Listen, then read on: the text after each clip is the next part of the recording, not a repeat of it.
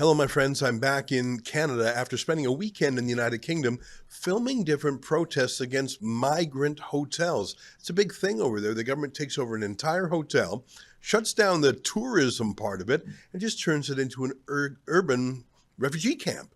And people have had enough because a lot of these refugee camps are just filled with young men. And unfortunately, some of these young men have engaged in rape in the local community. I'll have all that for you and more. But first, let me invite you to become a subscriber to Rebel News Plus. You've absolutely got to do that for today's show. It's basically the video version of this podcast. And for last night's episode and today's episode, it's all about the sights and the sounds too, but the sights. I mean, sure, you'll be able to figure it out a bit if you don't have the video, but I want you to see with your own eyes what was going on this weekend in the UK.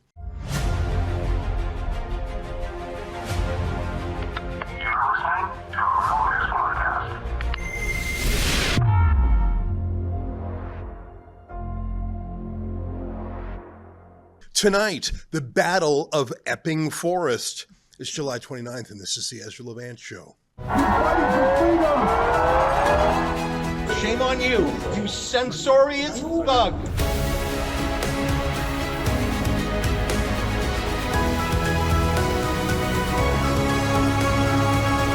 Hi, everybody. I'm back in Canada. I was in the United Kingdom over the weekend, and something big has changed over there. You know, I've been covering the issues of censorship and free speech and mass immigration and Islamification and terrorism. These are all bundled together over there. I've been covering them pretty much for a decade. Tommy Robinson was my window into this world, but something has changed.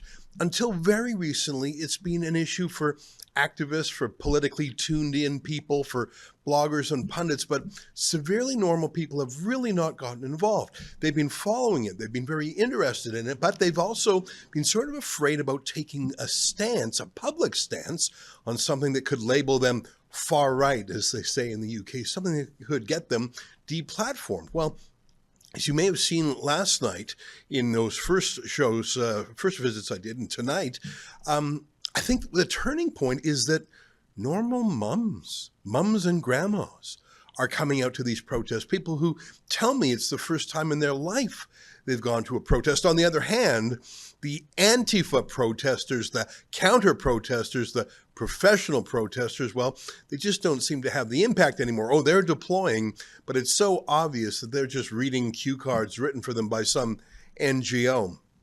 So tonight, I give you this interesting story from a town of Epping where mums and dads have just had it, and they're saying no more to migrant hotels. Here's that.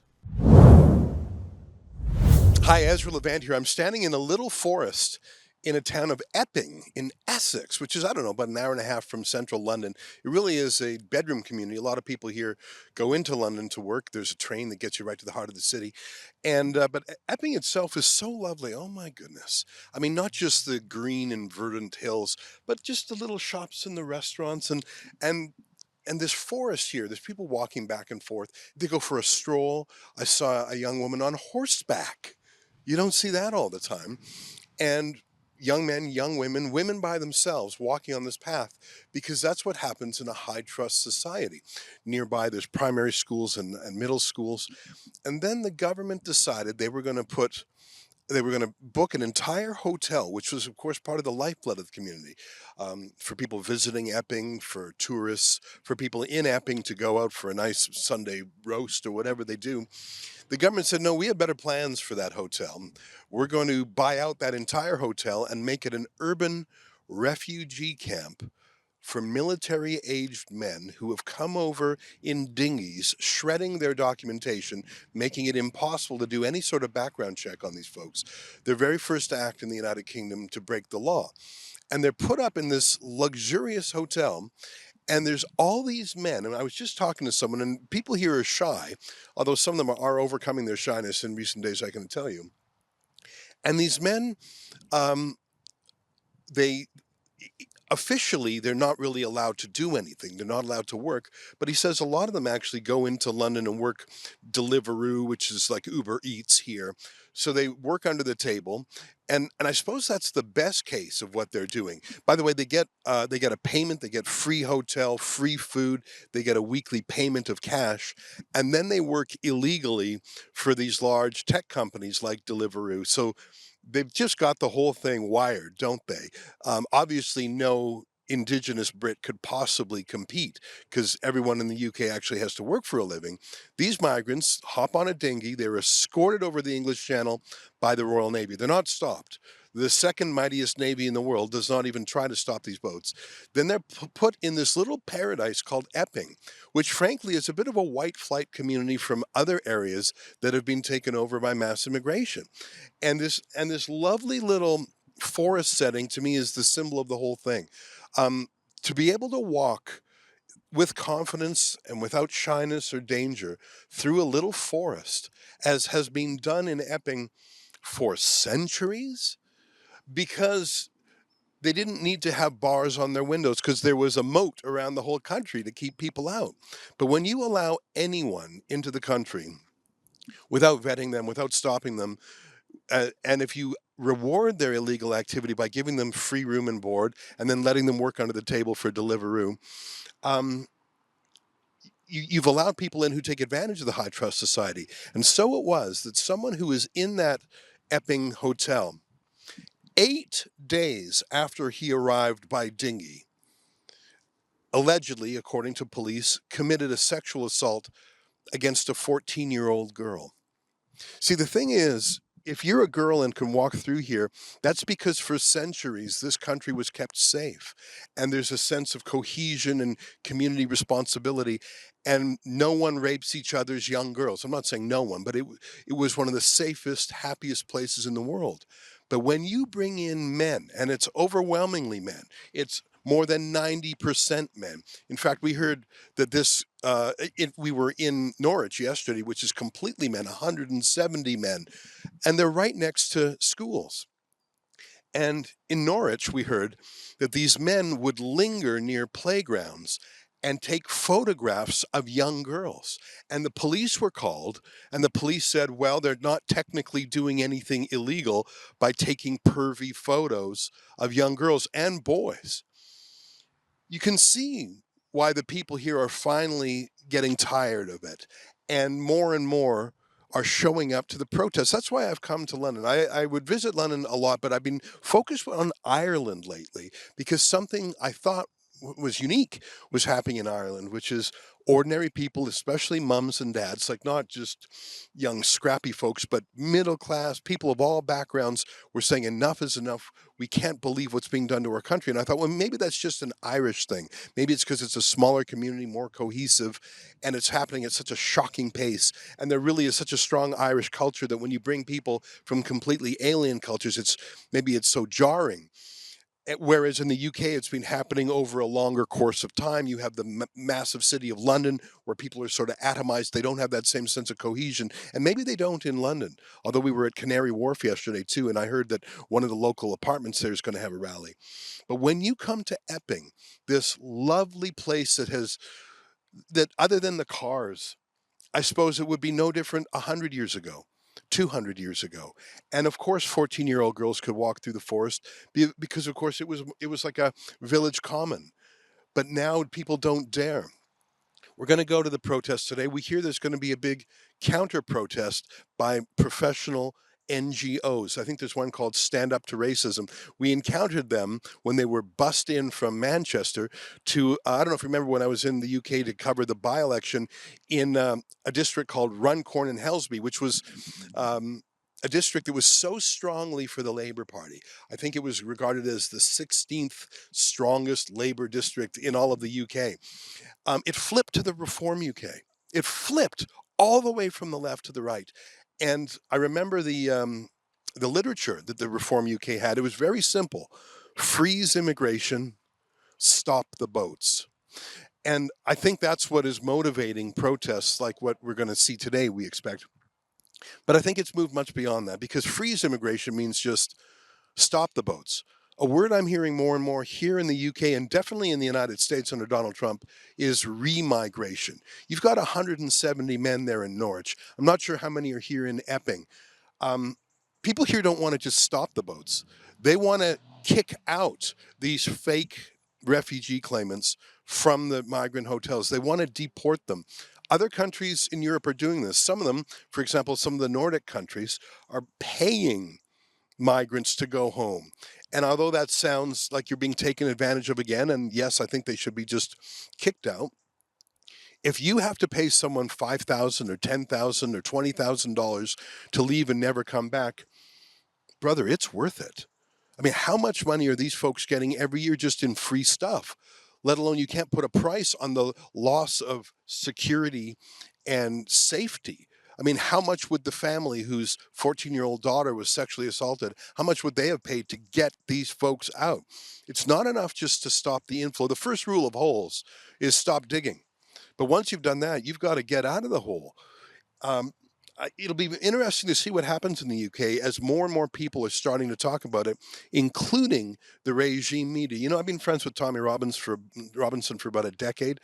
And in 2017, he worked for Rebel News for a bit, and we've stayed friends, and I've watched his case. He was one of the first people to talk about these issues, and he was hated for it. You know, a prophet is hated in his own time, isn't he? And he's done time in jail, all of it for his politics and his journalism. He just did 7 months in prison, solitary confinement, because he published a video to Twitter that a judge told him not to do. He was the vanguard, the pointy edge of the spear. But now more and more other journalists, citizen journalists, but even mainstream journalists are starting to talk about this. I mentioned earlier that both the Labour and Conservative parties here in the UK worked together in secrecy to bring in something called a super injunction, keeping it illegal for any British reporter to mention that they were bringing over up to 200,000 Afghans in a secret special airlift. They said, oh, it's to bring over our former translators from the Afghan war who are in danger from the Taliban. But there were only about 1,000 translators in the entire war for the Brits. First the Conservatives, then the Labour plan to bring over 200,000, including, it turns out, some members of the Taliban. It's just such a total joke.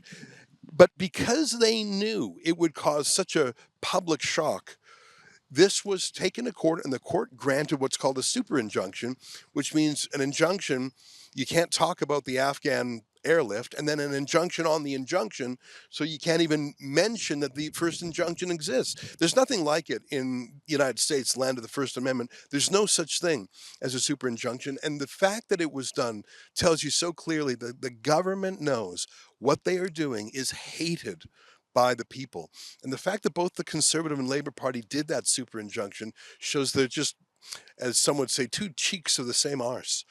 And I hope that Nigel Farage finds his courage to follow through on this, because he's the only politician who I think could do this. I think he's nervous. He doesn't want to be the pointy edge of the spear. Just speaking of Tommy Robinson, he likes to keep a fair distance between himself and Tommy. And I understand that. Nigel Farage wants to be prime minister, and you have to reach out beyond just the right wing for that. But I put it to you that if Runcorn and Helsby, one of the most pro-Labour districts in the whole country, can flip all the way to reform on the motto, freeze immigration, stop the boats, I think it's time that someone talk about remigration. You know, in the United States, Donald Trump is remigrating, or deporting is really the word, hundreds of thousands of illegals. Some of them are being sent, some of the hardened criminals are being sent to a special supermax prison in El Salvador. They've set up a version in Florida called the Alligator Alcatraz.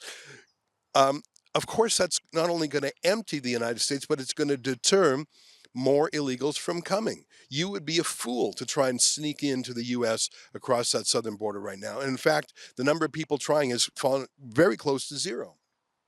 But if you were someone in Pakistan or Afghanistan, or a country, and I'm just going to swear here, a country that Donald Trump has described as a shithole country, if you were in Somalia and you heard that the British government will escort you across the English Channel, put you in a luxury hotel, give you room and board, give you a cash payment, and then you can take the train into London and work for Deliveroo and not pay taxes frankly, you would be insane not to do it. But if you came from a country like Somalia or Afghanistan or Syria or Pakistan, and a country where women are hidden from public view, they're either covered head to toe in a burqa or they're not allowed outside at all, and you suddenly saw British women walking, dressed normally for the UK, which would be lascivious back home, unescorted by a man, it's not shocking that there are rapes from people who are being brought over from rape culture. Western society has talked about rape culture and the Me Too movement and believe all victims and all that. And there's some value to that. We don't want to physically, sexually, emotionally abuse or harass women. Of course, we don't want to do that. And that's one of the reasons the West is a high trust society, is that we treat women and people who are physically weaker than men, we treat them with respect and with care. But if you come from a place where violence rules and sexual appetites are unlimited, so it's the women who have to pay the price, if you bring hundreds of thousands of young men from those countries here, is it surprising at all that within 8 days, one of the migrants here allegedly raped or sexually assaulted a young girl? These are some of the thoughts on my mind as we head into today's protest at the hotel in Epping. I understand that the professional protesters will be here. We've seen them before. They were bussed into Manchester. These people are paid protesters. They really just know that they're here to call everyone racist. They'll do that here. But it is my observation that calling Indigenous Brits, Indigenous Irish, Indigenous French, Indigenous Europeans, calling them racist because they don't want to bring in illegal foreigners who tend to rape women, I don't think that racist word is working as much. We'll see how it goes today. On our way in, we saw a lot of police vans. I think police aren't taking any chances. There may be a tussle. One thing I should note before I go, and we're going to walk over there, is that the police last time sneaked in some of these professional protesters. They were caught on film, really bizarre, using police vans to bring into the heart of the protest these NGO Stand Up to Racism pro-migrant protesters. Obviously, they wanted some sort of tussle so they could blame it on the far right. That tussle really never came and their moves were exposed. I'll keep my eye peeled to see if any of these professional protesters are being escorted by police. All right, let's head on over to the hotel. So this is the forest on the other side. It was really a 2-minute walk. It's the kind of place that would inspire a British book like Winnie the Pooh, The Enchanted Forest or something. Just a lovely place to walk through with nothing but fond memories and imagination of a child. But that only happens in a high trust society. So this is this side of an entrance to the forest, and there's the migrant hotel. That's the hotel, like it literally abuts it. It's across the street. So you have all these migrant men, including the one alleged rapist who assaulted a woman 8 days after arriving here, allegedly with nothing to do. I say again, some of them work illegally in London, so they get cash in London plus free cash for here and a free place to stay. Not a bad gig if you can find it. But the rest of them, what do? You're not productive. You're not integrated in the community. You don't have a family. You wander. And if you see, like, look at those, just that's what it's like in Epping. Women go into the forest because they're not afraid yet. But now that a 14-year-old girl has been sexually assaulted, according to police, they're afraid and they don't want it anymore. They want it gone. So you can see all the protection, a layer of steel, a steel fence near the hotel, several riot police vehicles. And you know they're for riots because they have that grill that folds down in front of the windscreen to block the windshields from being smashed. I don't know, maybe I see 1, 2, 3 police vans right there, maybe about 15 or 20 cops there. More down there, a second layer of fencing, and then I don't know what that fencing's for. Maybe they're going to try and have more protesters. But here's the obvious point. Why are police putting fences and barricades to protect the migrants? Why aren't they having fences and barricades to protect the town? And if you don't have a fence or a barricade around your entire country to protect your entire country, if you let the invaders into the country itself, don't be surprised if you're going to have locks on your doors and tell young women not to walk through the forest anymore. There will be walls, there will be locked doors. The only question is where? Are they only around the elite, gated communities that the wealthiest people live in? Or will Epping itself once again become a safe town because the country puts up a wall? We'll find out. It's 12:32 local time. The protest isn't set to get underway for at least another half hour. You can see some of the protesters arriving here stop the boats. Let's go a little bit closer to what they have to see. I want to know what the police have told them in terms of managing what they're allowed to do. And I say again, it's irony is not a strong enough word to describe the fact that the police here are not deployed against the foreign nationals. They're deployed against the Brits. If there are any arrests today, it will be of British people. If anyone is threatened, it'll be British people. And it wouldn't surprise me if mere journalists are arrested for mere words. And I say that because yesterday in Norwich, at 8 a.m. before their protest, police swooped in on the house of one of the organizers and said he had used the word filthy foreigner in a speech. Now that's a rough word to use, and I wouldn't recommend saying that. I think that's a very rough word. I think he was referring to sexual offenders, though, so it might be justified. They arrested him the morning of the protest he was organizing to try and take the energy out of it. It didn't work. There were 1,500 who attended. But you see my point? They're extremely quick to arrest Indigenous British people who are upset with the migrants. They're extremely slow to deal with migrant crime itself. Let's walk down and see if some of the early arriving protesters will talk to us. So why are you here in Epping today? Because I don't agree with what's going on. It's an absolute joke and it's just getting worse and worse. And what do you think is going on? People coming into our country that we don't know who they are, no passports, what background they've got, if they've got criminal records, people getting attacked, and we're paying for it, paying our taxes, and our children can't get no places of their own. And NHS, National Health as well. We suffer for everything, for people that are coming in that we haven't got a clue who they are. That's not right at all. No other country would do that. It'd be as stupid as us. There was a migrant in this hotel who 8 days after arriving in the UK was charged with sexually assaulting a 14-year-old girl. Is there that rape culture that feels like a part of this as well? These are almost all men of military age coming from countries where women have very few rights and rape culture is the norm. Is that on your mind? Of course it is as well, yeah. For me, my children, my nieces, and men. Men aren't safe either. Young men, young boys. It is about women, but yeah, it's also young boys as well. Nobody feels safe. Until we know who these people are, who's going to feel safe? So you're from down the road in Harlow. What brings you to Epping today? I'm just here to support all these ladies and gentlemen, to protect the kids.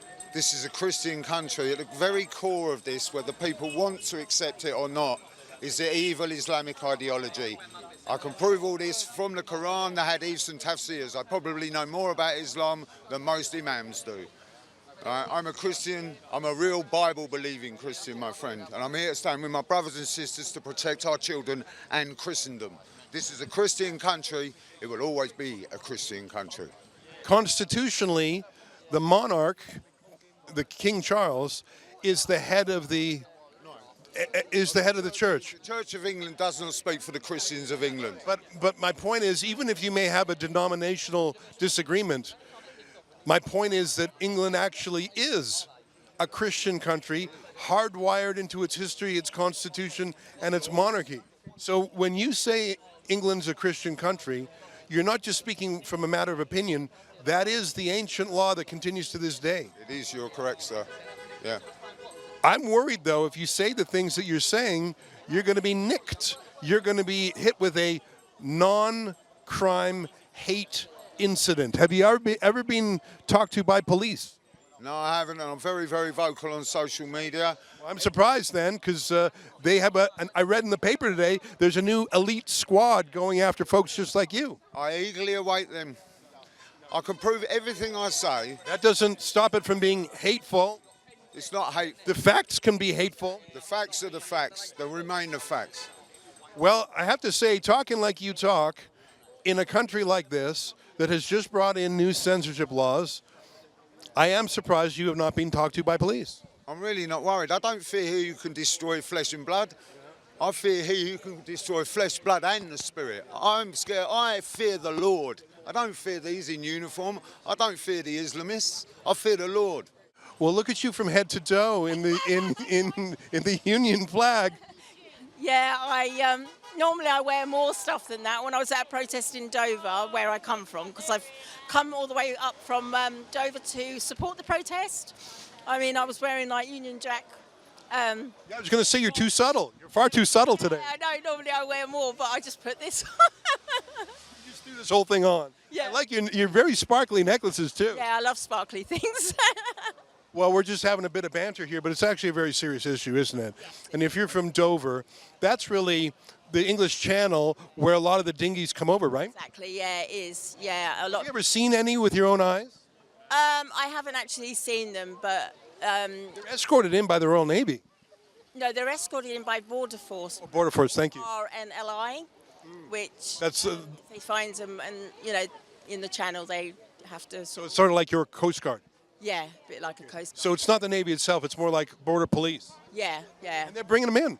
yeah. That's really weird. I thought their job was to keep them out. Well, exactly. You would think so, but they're just bringing them in and that, and then from there they get put in hotels and stuff like that. That must be nice. I mean, normally I have to pay for my own hotel. Well, exactly. This is what it's about. We don't agree with it. It's the taxpayers' money, and I always think charity begins at home. We've got a lot of our own people that are poor, and they're wasting money on people coming through, and they need to stop this once and for all.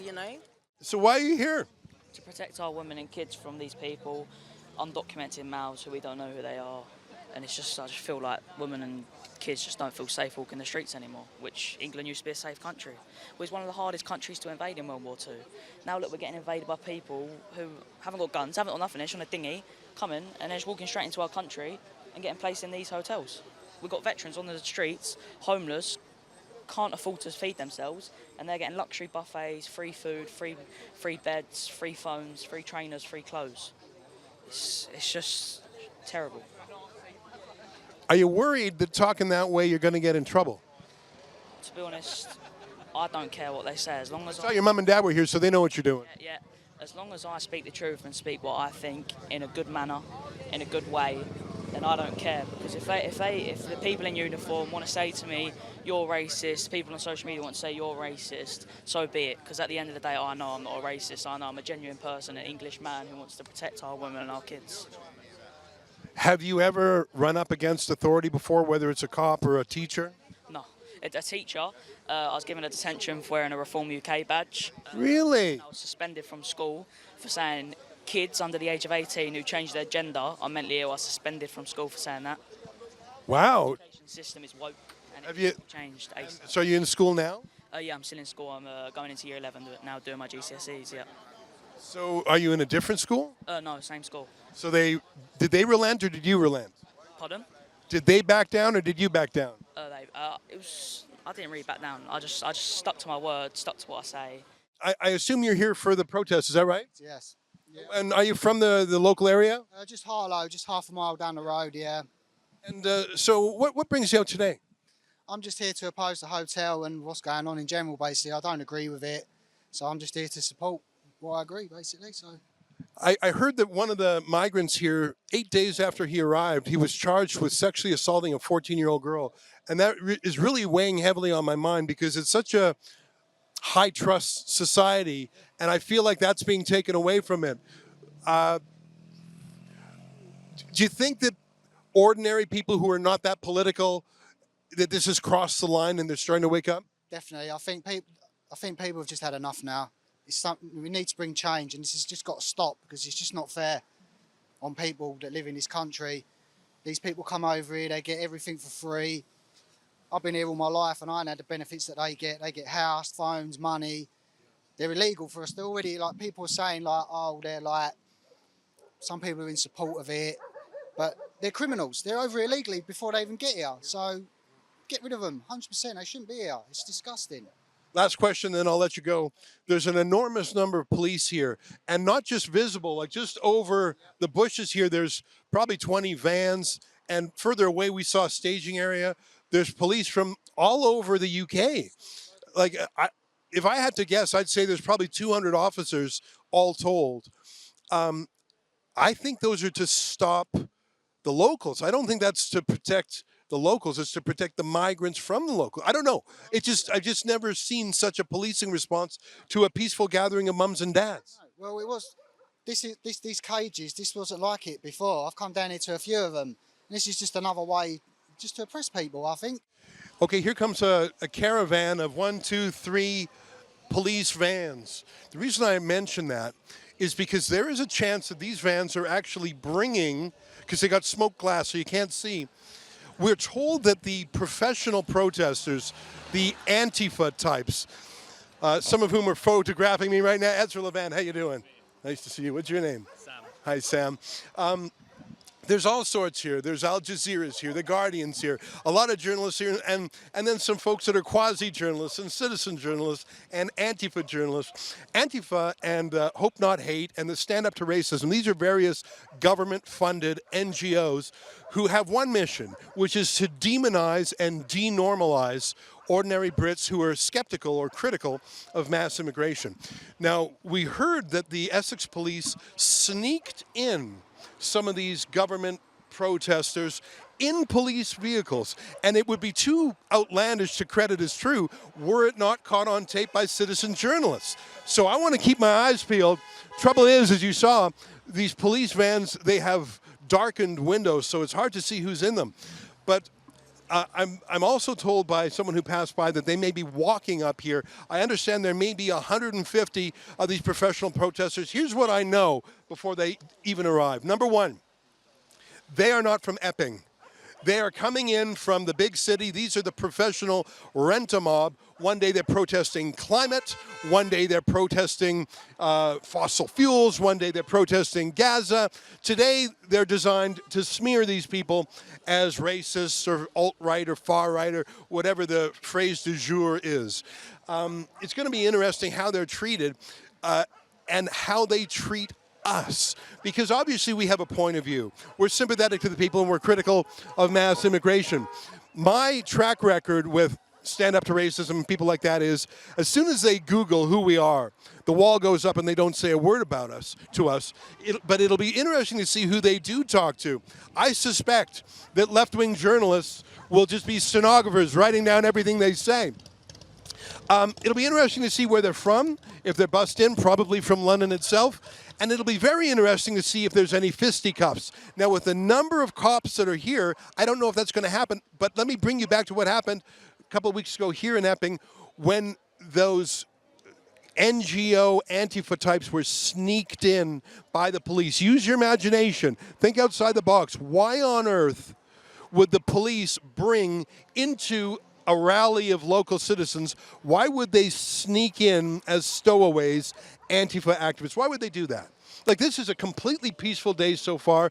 The cops are just standing around bored, frankly. I've been chatting with some of them. Why would they bring here Antifa, which uses violence as a tactic, Hope Not Hate, which is a provocateurs organization? Why would they do that? My theory is they wanted to provoke a conflagration. They wanted violence. They wanted a fight so they could have their regime media say, we showed you it's not grandmas and grandpas. It is English Defence League, football hooligans. It's far-right troublemakers. It's violent Reform UK people. They wanted an incident to hang around the neck of the local activists. That's my theory. It'll be very interesting to see if they do that again today. But here they are right here. Where are you from? Iran. Iran? And where are you from, sir? Where are you from? Well, that one guy told me he was from Iran. That's interesting. They're showing their ID, looks like.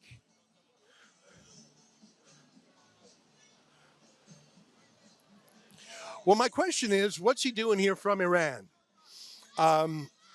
Who is he? Is he with the regime? Why is he here? there could be any number of answers to that question. You would think that given that he's a guest here in the United Kingdom, he might identify himself. Alas, he didn't. Kim, like me, I'm Ezra Levant, that's Ed, and we're with Rebel News. And Kim, you sound like me. You sound like you're not from the UK. I've been here for 25 years, believe it or not. And why? As you know, it's hard to get rid of your accent. So have you come here to protest in support of the migrant center? Yes. And where are you coming in from? I live in Tottenham. Okay. So you've come up here. Now I just saw hundreds of locals who are worried about sexual assaults on their children. And I wonder, because they tell me where they live. Now you've come in from the big city to tell them they're wrong. Why are they wrong? I don't live very far from here, for the record. We have a system, we have a legal system in this country that... Are you a citizen here? I am. I'm a UK citizen. I'm actually a dual national. So I'm a UK and American citizen. So I interrupted you. You said you had a system. Yeah, so in the UK, right, we have a legal system. These people have come in illegally, though. They haven't followed that legal system. No, that's not true. The people in that hotel are here legally. They're under protection of the asylum system. They came in a dinghy from France. France is not a dangerous place. Right? We don't have mob rule in this country. Well, right? apparently so. Civilized society, right? Well, then why are you allowing... Another point. Most of the sexual predators and rapists in this country are white men. Not proportionally. Afghans are 20 times likely as...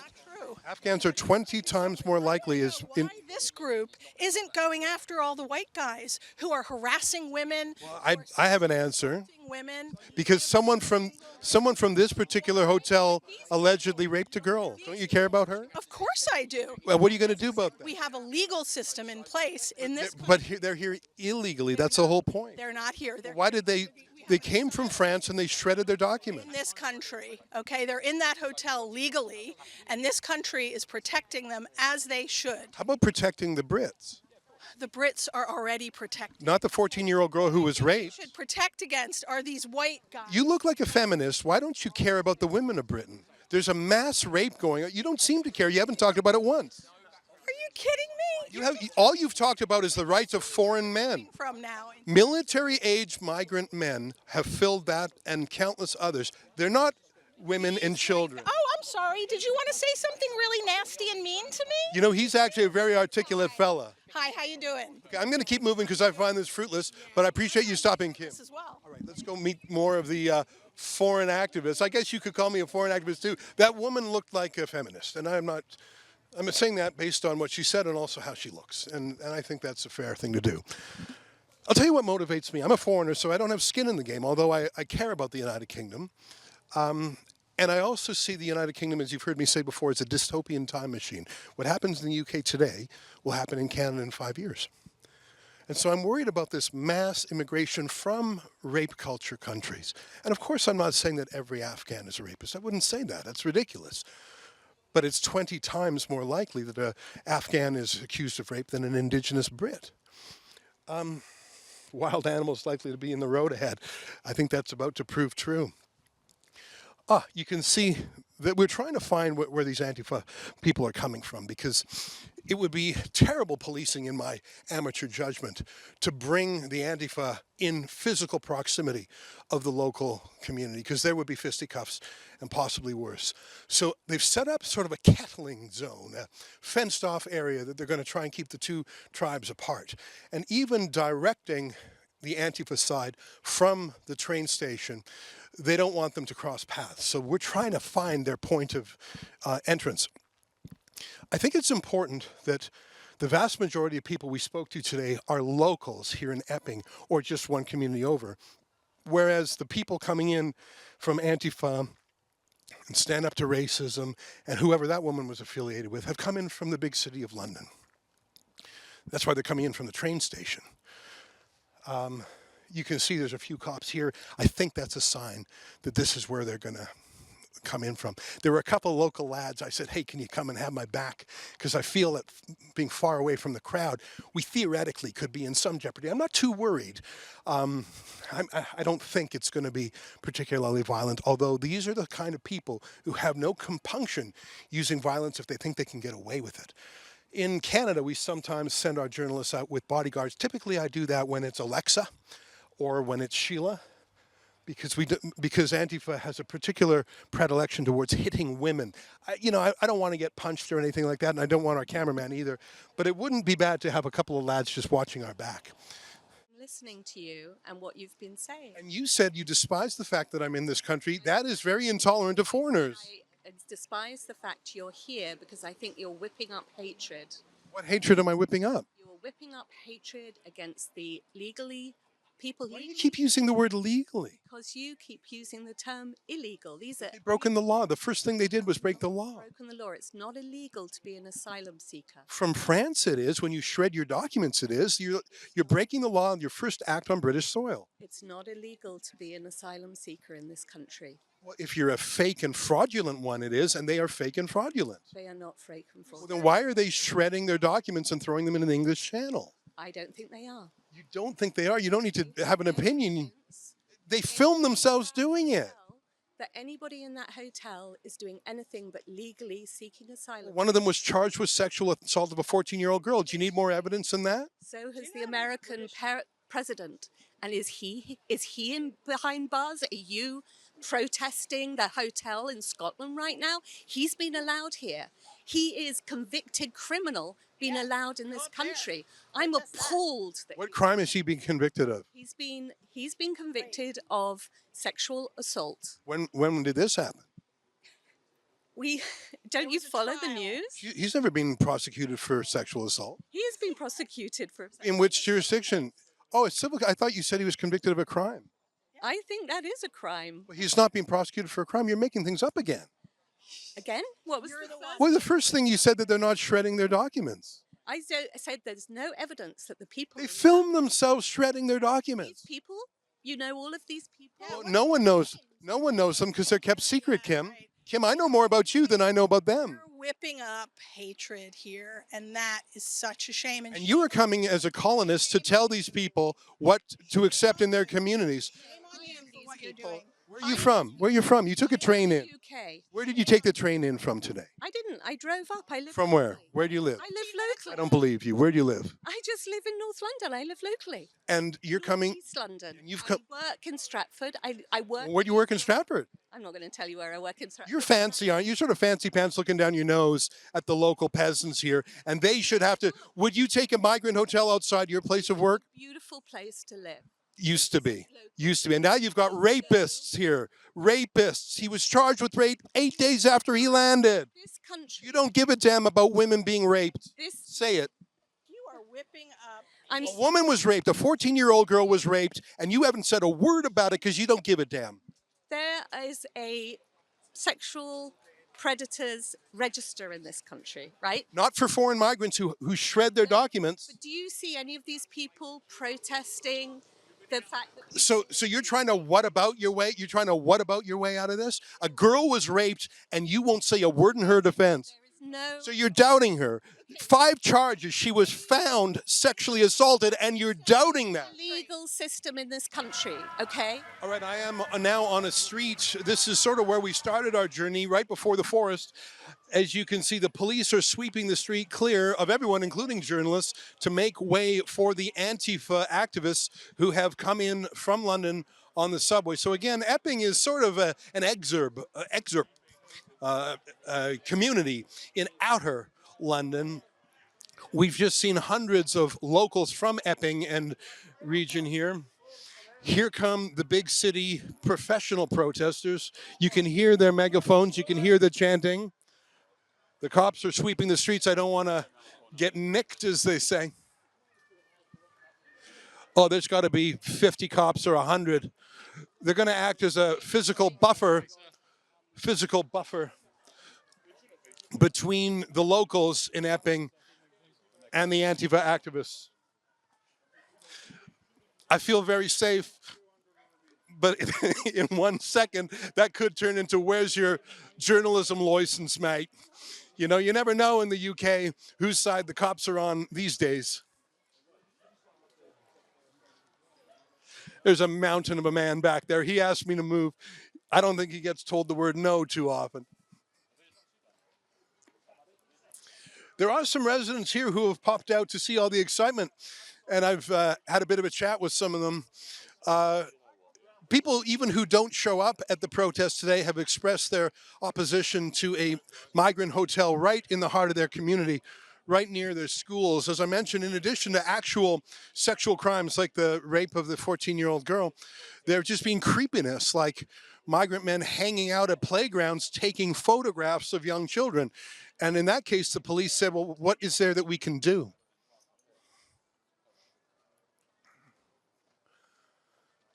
Police not letting anyone, including journalists, get anywhere close to the Antifa. I'm not quite sure why that is, but I think the police actually are doing their best to keep the Antifa protesters and the Epping people separated. 2, 4, 6, 8, 10, 12, 14. There's 25 cops just immediately behind me, and there's got to be another 30 back there. This is a massive operation. Hi, everybody. I'm in the kettling area for the group that has come in from London. And there's hundreds of them. I don't know how many, but it's several hundred. If you told me there were 500 people here, I'd believe you. It rivals in numbers the people we've seen outside. But quite soon after I arrived here, the Antifa marshals came to block our camera. You can see this bloke in front of me here. And even right now, he's trying to block the camera shot. I think it's an anti-Semitic thing, which is sort of weird and disappointing. But there are a number of pro-Hamas activists here. And I think the fact that I'm Jewish, I was on this gentleman consulted a list. And I think it's a list of journalists that they didn't want. It's our demonstration, and you're doing a great job. We've got our demonstration.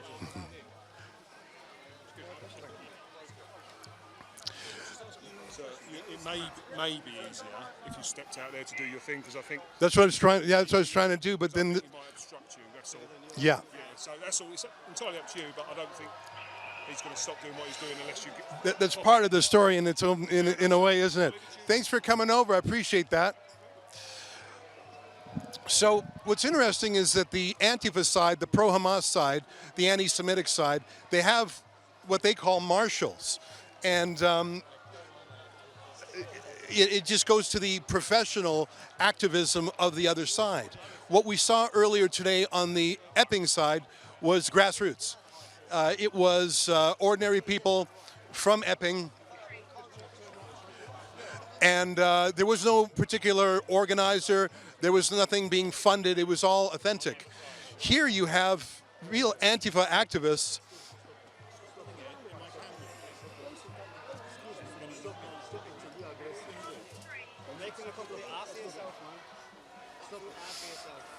There he is, Mr. Paul Sillett. There he is, with his security badge on as well today. What's his name? Paul Sillett. And who's Paul Stillick? Yeah, he knows who he is. Me? No, him. Well, who is he for those? Your one needs to be on display at all times if you're working It's security fun. as It's well. fun. It's fun. For my safety. For my safety. This is for my safety. Police And it's liaison. safety. Police liaison. Good. If we're going to start implementing rules, the security badge needs This to is be for on my display. safety. This is not your It business. can't be security then. This is for my safety. Yeah, but he can't be This is for my security safety. It's not your business. He's trying to stop me. So that guy seems to know you. Who are you? Are you famous? Well, Stop recommend you. Stop it. So you do job and just say. Okay, it's not your business and just say. It's my business. You're working with security. There he is. Everybody stop it, okay? An officer, this one is wanted by the Met Police for assault on Niak. This one here with a ginger beard. Remember, Paul, I made you famous last time. Remember that, geezer? Tell me more about Paul. I don't want to interrupt. You start to be aggressive. You see? You start to be aggressive. You are aggressive. He starts to be aggressive. Give to him that one. He starts to. You know what they're doing? If you remove him, it stops. That's it. Remove them. So they don't do anything wrong. You start to be aggressive. Leave it. He's not doing nothing. Leave it now. You know? What language are you speaking? Any language. Any language? Yeah. Yeah, that's right. You sound like you know what you're doing. What's your name? Hi, how are you? And this one was distracting at the front. You're a nice person. You see, you're a nice, smiley person. that, Paul, That's don't good. Well, that's nice of you to say. I'm Ezra. What's your name? My name, It's Mark. Best not to engage. Don't. Oh, is he telling you not to talk to me? That's a shame. We had a moment there. You little goon. You little goon. You little Are you guys the bosses? Yeah, that's what you are, buddy. All right, well, one fella, a patriot, was arrested for calling the Antifa side scum. He was taken away. Now we've been told to move aside because apparently the Antifa activists are leaving the kettle and the police are opening a path for them to exit. Now, I hope they've set up a wall of steel, that is, trucks, to act as a barrier between the Antifa side and the local communities. Some would call them the patriot community. It's going to be very interesting to funnel 500 extremists through a very narrow exit. I'm not sure if this is planned by police, but it's happening. All right, they're walking out now with their handlers. Yeah, there's a fellow who's got accoutrements you wouldn't see normally in Epping. The nose ring is very non-Epping. Oh, he's looking daggers at me now.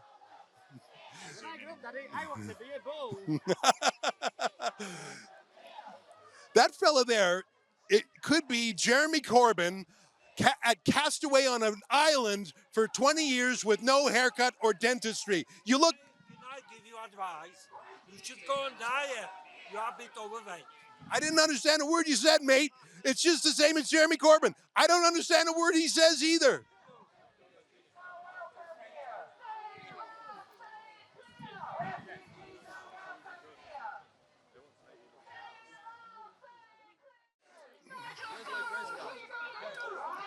Who paid your train fare today? Do you know? Do you know who paid your train fare? It wasn't mom and dad, was it? Roma. I'm guessing you're a 40-year-old student. Is that right? Are you a student still? A student? Why are you so shy? You go to a protest and you're chewing on gum like a horse chewing its, a cow chewing its cud. How about you? What's your name? What do you think about the grooming gangs in the UK? What do you think about the grooming gangs in the UK? Boss man, what do you think about the grooming gangs? Well, they were here for a solid 30 minutes. I'm guessing a lot of them are government workers, and that's a little bit exhausting for them to be at work that long. They took the train in from London, they take the train back, plus it's about a half-hour walk from the station each way. That's a full day's work for these guys. They'll probably get 250 quid from the various NGOs who've been paying for them.